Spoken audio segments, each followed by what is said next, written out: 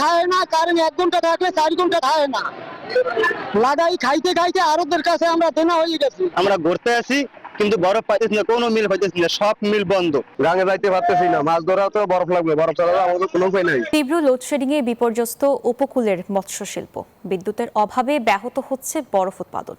বরফ কলগুলোতে প্রয়োজনীয় বরফ না পেয়ে সমুদ্রে মাছ শিকারে যেতে পারছেন না জেলেরা। ফলে ঘাটে টোকর অবস্থায় পড়ে আছে হাজারো মাছ ধরার ট্রলার। শিকদার জুবায়ের হোসেনের তথ্যচিত্রে ডেস্ক রিপোর্ট। ঘাটে নোঙর করা সারি সারি মাছ ধরার ট্রলার। বরফের অভাবে সমুদ্রে যেতে পারছেন না জেলেরা। তীব্র লোডশেডিং এর প্রভাব পড়েছে এই মৎস্য শিল্পে।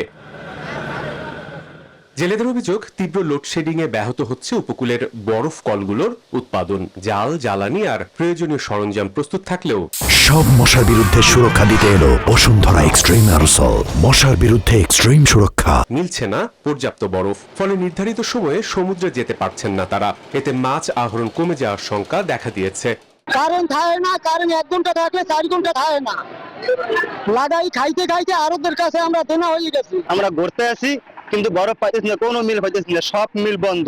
গাঙে যাইতে পারতেছি না, মাছ ধরা তো বরফ লাগবে, বরফ ছাড়া আমাদের কোনো উপায় নাই।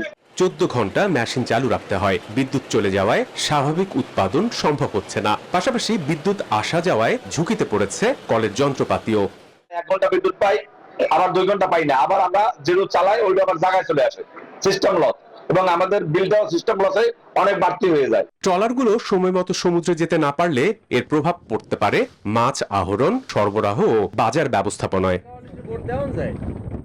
এদিকে বিদ্যুৎ সংকটের জন্য জ্বালানি পরিস্থিতিকে দায়ী করছে পটুয়াখালী পল্লী বিদ্যুৎ সমিতি। তাদের দাবি, জ্বালানি সরবরাহ পরিস্থিতি স্বাভাবিক না হলে পর্যাপ্ত লোডশেডিং পুরোপুরি নিয়ন্ত্রণে আনা সম্ভব নয়।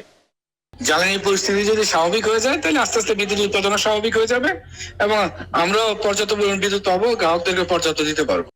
পটুয়াখালীতে 24 ঘন্টায় গড়ে 8 থেকে 10 ঘন্টাও বিদ্যুৎ থাকছে না, তাও টানা 1 ঘন্টা দীর্ঘ হচ্ছে না। ফলে আলিপুর, মহিপুর, রাঙাবালি ও চর মুনতাজের মৎস্য বন্দরগুলো অকেজো হয়ে পড়েছে।